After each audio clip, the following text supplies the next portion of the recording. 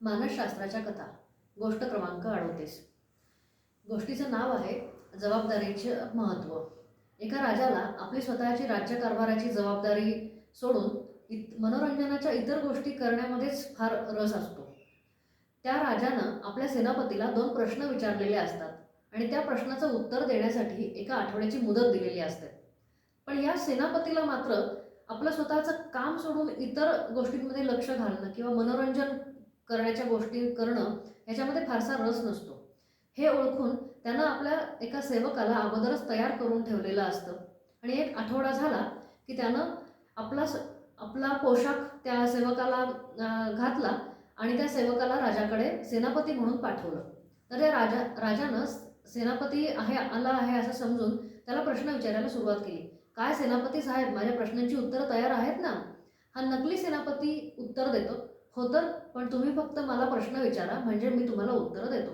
तर राजा म्हणतो, समोरच्या डोंगरावर किती माती आहे हे मला सांग.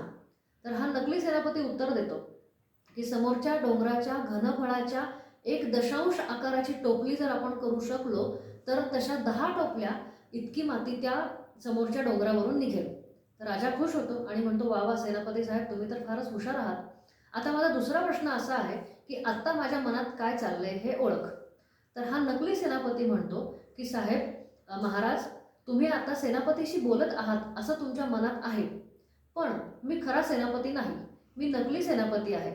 आपल्या सेनापती महाराजांचा मी सेवक आहे, पण त्यांना अशा वायफळ गोष्टींमध्ये किंवा वायफळ मनोरंजनाच्या गोष्टींमध्ये वेळ घालवायला आवडत नाही.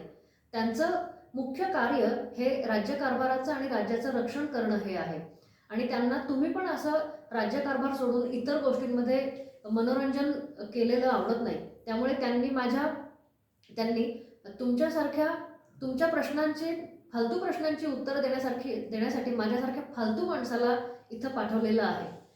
हे उत्तर ऐकून राजा काय समजायचं ते समजला आणि स्वतःच्या कामाला लागला. धन्यवाद.